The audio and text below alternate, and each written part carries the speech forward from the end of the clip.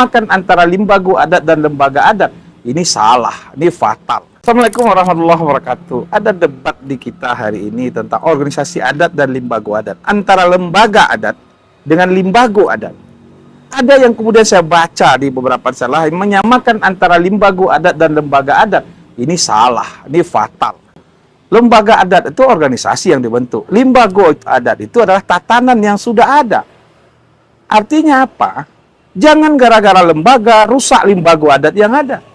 Kita punya data yang saya miliki ada 8 organisasi lembaga adat di tingkat provinsi. Tetapi dia bukan kemudian bisa mengatur adat di nagari-nagari, karena adat adalah saling kanagari.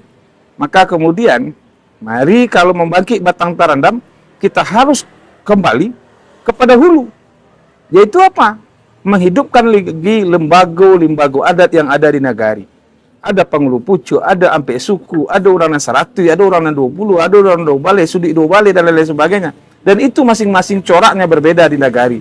Betul, sistem adat kita adalah Koto Piliang dan Bodi Caniago, Datuk Ketumanggungan dan Datuk Parpatia Sabatak.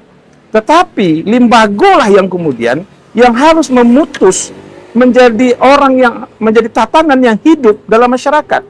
Bukan kemudian, maaf, seperti di lembaga-lembaga adat kita, organisasi adat ada Elkam, bentukan tahun 666, Orde Baru, kemudian Kerapatan Adat yang terbentuk tahun 83, atau kemudian Majelis Alam Adat Minangkabau atau MTKAM dan sejenisnya. Ini adalah organisasi yang peduli dengan adat Minangkabau. Tetapi bukan berarti dialah yang kemudian menjadi pucuk pimpinan adat.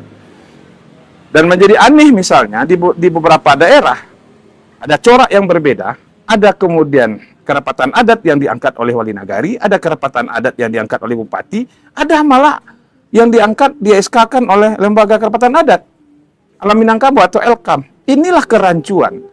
Kalau kita ingin membangkit batang tarandam, maka letakkan posisinya pada yang benar, yaitu menghidupkan kembali, memberdayakan, dan memfungsikan limbago adat yang ada di masing-masing nagari. Sehingga betullah kita adat itu sesuai dengan apa yang kita pahami.